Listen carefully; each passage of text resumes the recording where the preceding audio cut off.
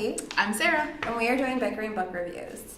Today we are talking about the book Female of the Species by Mindy McGinnis. Correct. Okay, cool.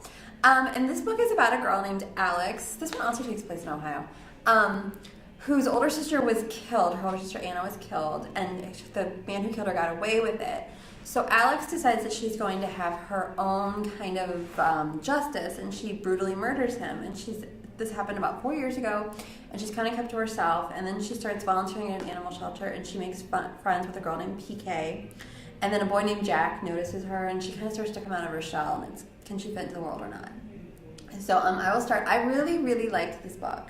I did too. I really like this book. Up until the end, but we're not going to go into why I didn't like the end, because we're trying not to do spoilers, but it lost me a little in the last 20, 30 pages. I loved Alex. I loved the way that she was. It wasn't that she was ambiguous to people's feelings. She knew she wasn't right, and she was okay with that, but she knew she needed to isolate herself.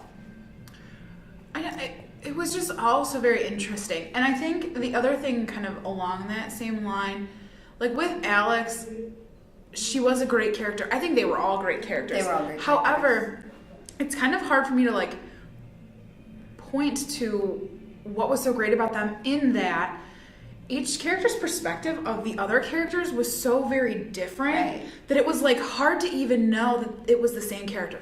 For example, Branley, the popular head cheerleader, the girl that everybody wants to be with, Jack's known her since she was young. Right.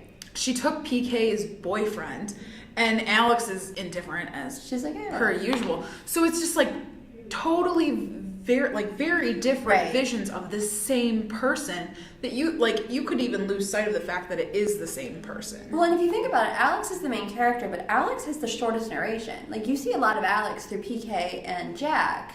Well, and so that's the other interesting part. With Alex, her characterization is the same across the board, I think.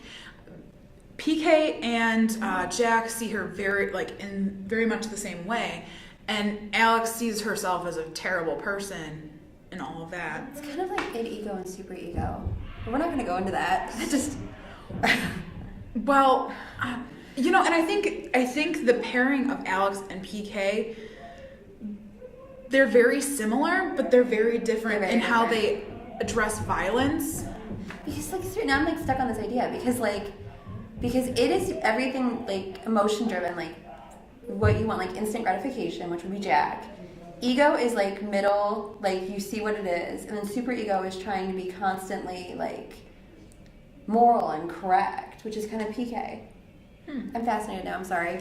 No, and the thing is, this novel is very deep. There's a lot. I feel I could read this many times and still pick up on different things. I feel I'm interacting with this book in the way that you interacted with Bone Gap. I love Bone Gap. And Bone Gap didn't work for me, but this book did, and I don't know why. And I will say, love Bone Gap. Bone Gap was read by Dan Bittner, who's our audiobook crush, and he read the Jack parts on the audiobook for Female of the Species. I love Dan Bittner. We do. We love him. Yay, audiobook crush.